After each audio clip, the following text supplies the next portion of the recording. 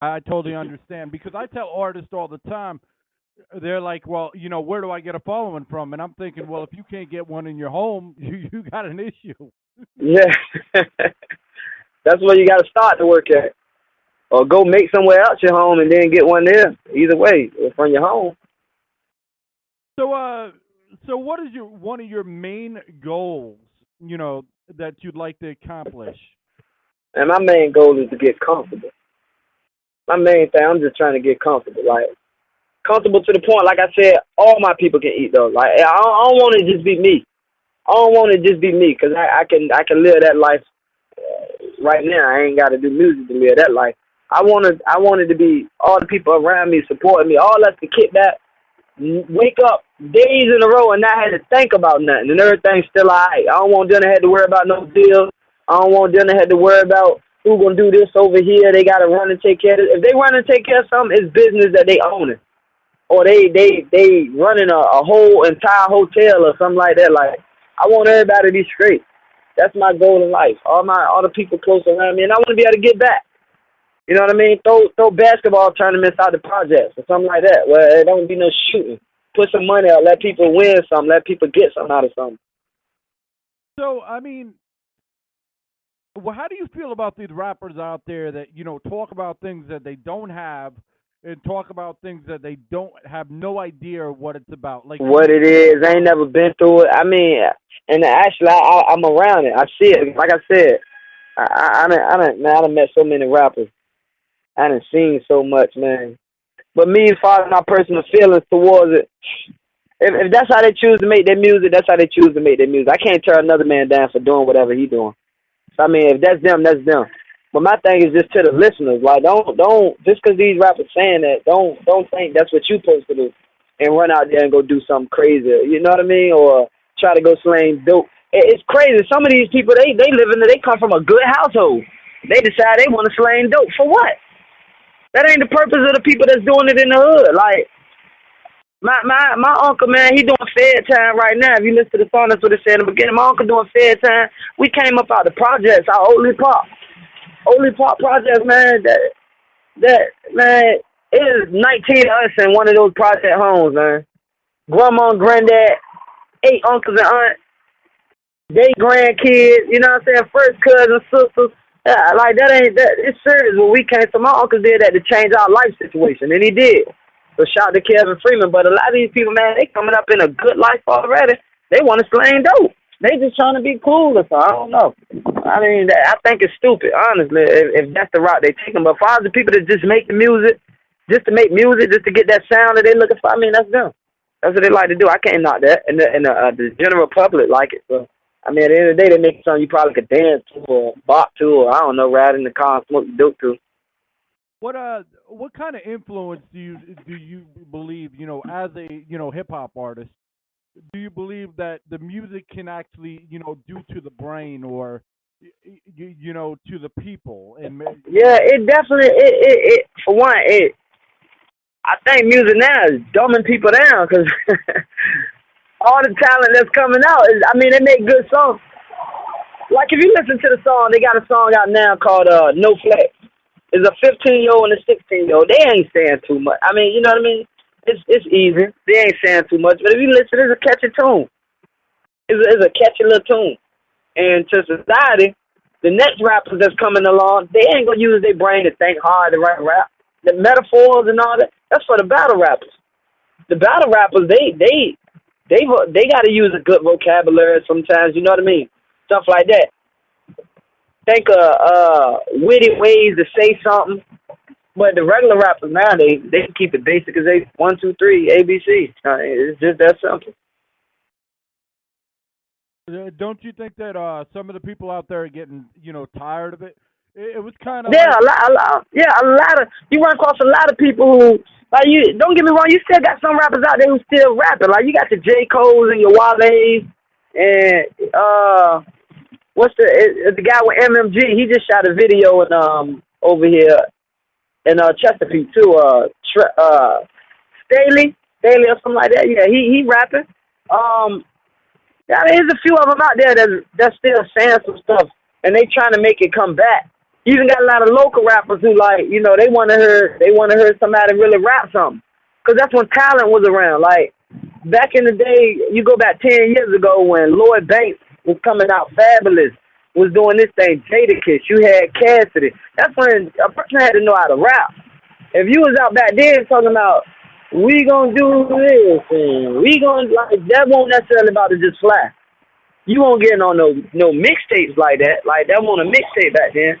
But now, you know, since then, you had the Waka Flockas come out, your Gucci Man, your OJ the Juice Man. And like I said, they make good music, but as far as lyrically impressing somebody, that part is dead. But I think a lot of people still want to see that lyrical side come back. They want to see the wordplay come back. That's hip hop. And I mean, based on that one song, you know, well, actually the two, you know, your two biggest songs that I think anyway, you know, By My Lonely and you know, Creating an Addicted Hero. Yeah. It shows that you do have, you know, lyrical skills and you can be hard. Right. And then you got songs like I Keep That Shit 100. Well, I intended to make that song just like a bounce song. That was the whole purpose of it. So I ain't really try to get too lyrical with that. It ain't dumbed down like some of this stuff, but you know, I ain't even try to get too lyrical with that. And you can still see with that, like, he ain't no scrub. He ain't no bum by far. You know, but here's the thing. Here's the thing I never understood. I grew up, you know, partially in my life in the projects, and everybody I knew that was in the projects, all they were thinking about was getting out of the projects. Then, you know, those that have families still in the projects, you know, and you know, take care of their family like you're talking about. Right. And, you know, I kept on, you know, now, you know, I hear all these songs about, you know, rap where you're from and, you know, go shoot this and do, and I'm thinking to myself, yeah, if you just, you know, witnessed your cousin getting shot, you're not thinking about. Nah, you ain't, man. You ain't. I remember, I can still remember to this day, I was playing in the dirt outside of the my project home in Ole Park. And it's three guys. My grandma's house was the bootlegger house. Where we lived at was the bootlegger house. In Virginia, the bootlegger house is basically the house where a lot of people sell drinks and they sell drinks. Everything going on. It's drugs coming through there. It's a party every night. So it stayed packed. So people hang around it. You know, they always inside or whatever. So I'm outside playing in the dirt, doing stuff little kids do or whatever. And all of a sudden, a guy walk up, blow another guy head clean off, shoot him in his head. So you know that you and not even just that. It's just all the random gunshots that go on a regular day, to the point where like a gunshot is just it become normal, drive-bys and all of that. So I mean, when you experience that kind of thing, man, you know better. You know better. You know what it is. There's people still out there, and they rap their hood. But at the same time, if you could put them in a mansion, they'll choose the mansion over the hood. It's just the people who ain't been through that. They think they supposed to go back to the hood. You're right. You're absolutely right. But yet they, you know, while they're in the mansion, you know, would talk about, you know, gunshots and everything. But they don't have to worry about it. Right. The rappers ain't going through that. In fact, if you want to go in deeper, a lot of rappers talking about, you know, twerking and shaking and doing this and all that for the broads and hitting this. They going back to their girl. You know what I mean? Like for instance, T-Pain make great music. T-Pain married. Come on, man. You know what T.I. married. Now you see the family side. China been there the whole time. While he was saying all this stuff, China been there the whole time. It's just music, man. A lot of just music.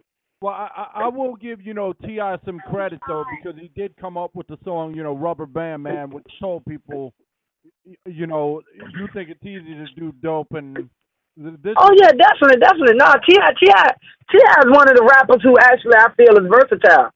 T.I. can spit. T.I. can really rap, and he can give you the commercial side. But T.I. got a lot of songs on his albums that'll tell you, you know, when he's talking about the drug game and all of that. He just said it like, man, this ain't nothing you want to come play with. You know, you'd be a fool if you try to come into the drug game just to be doing it, just for the. It's a bad ending, man. It's a bad ending. Yeah, and those that are the real gangsters are currently locked up, and they're not. Yeah, a lot of them locked up, and they ain't making no music most time. They ain't worrying about that. They doing something else. Exactly. So, so what? So if if somebody was, get into the rap game, what advice would you give them? Oh man, be ready. Be ready. I ain't even in the rap game for real. You know what I'm saying? I'm just like somebody else trying to make it right now. Until I'm on that big screen and selling out concerts, and I still got some work to do myself. But there's a lot of stuff, man. This game requires money, and if you ain't got no money, it's a good chance you're gonna be able to hold back. But I mean, it requires money for promotion. You gotta have your paperwork right, or you gonna get played. Like me, I got all my ASCAP copyrights, all that stuff. I went and legalized my record label, registered with the state, so I turned it into a business. So there's a lot of stuff. Either you could do it the fake way, or you could do it the real way. But it's gonna take money. So get your bank right. That's the biggest thing I can tell them. Get your bank right.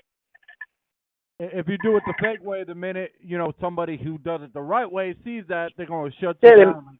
they mess around. I'm gonna tell you how serious it is. Like I could run into somebody in the streets, right? And being that I got my paperwork and stuff right, I could be like, yo, let me hear your song.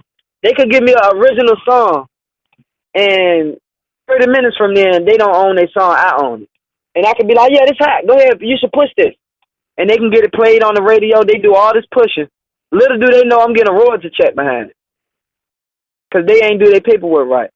And it's just that simple. And I'm just a local guy, so you imagine running into somebody who big timing. The guy in San Antonio. What do you think of what Young Prince is saying? Oh yeah, I'm with it 100%. We grew up with each other, so from little kids, little babies. So everything about him is 100%. I back that 100%. You know what I'm saying? Like it can get no realer than that. Like he giving it to him raw.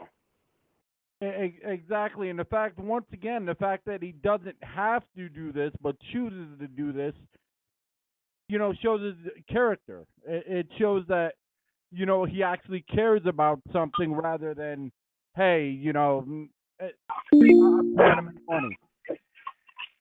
Yeah. Yeah, I don't know what happened. You lost me, Ray. I don't know what happened either. It just stopped.